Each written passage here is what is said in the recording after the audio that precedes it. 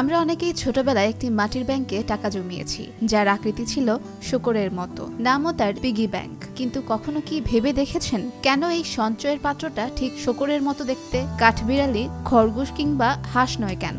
শূকর তো বরং পরিচিত লোভী, কাদায় গড়াগড়ি খাওয়া প্রাণী হিসেবে। তবুও কেন সেই হয়ে উঠল সঞ্চয়ের প্রতীক? চলুন ঘুরে আসি মধ্যযুগের ইংল্যান্ডে। মধ্যযুগে ইংল্যান্ডে পিগ নামের এক ধরনের কমলা রঙের মাটি ছিল, যা দিয়ে মানুষ হাঁড়ি পাতিল তৈরি করত। এই পিগ জারের অনেকেই টাকা জমাতো। সময় গড়াতে গড়াতে পিগ শব্দটির উচ্চারণ বদলে গিয়ে পিগ হয়ে যায়, আর কুমাররা শুরু করেন শূকরের আকৃতির ব্যাংক বানানো। একটি ভাষাগত কাকতালীয়তা থেকেই জন্ম নেয় পিগি ব্যাংক। তবে শুধু উচ্চারণ নয়, শূকর বহু সংস্কৃতির সম্পদ আর সৌভাগ্যের প্রতীক হিসেবেও পরিচিত। চীনা রাশিচক্রে শূকর মানে সমৃদ্ধি। আইরিশদের মতে শূকর একসময় ছিল ভাড়া পরিশোধকারী ভদ্রলোক, আর জার্মানি ও স্ক্যান্ডিনেভিয়ান সংস্কৃতিতেও শূকর সৌভাগ্যের প্রতীক। শূকরের গোল পেট, উর্বরতা ও শান্ত স্বভাব সব মিলিয়ে সে হয়ে ওঠে প্রাচুর্যের রূপক। এমনকি 1300 শতকে ইন্দোনেশিয়ার জাভা দ্বীপে পাওয়া গেছে পোড়ামাটির শূকর আকৃতির মানি ব্যাংক, যা ছিল সেলেং নামে পরিচিত।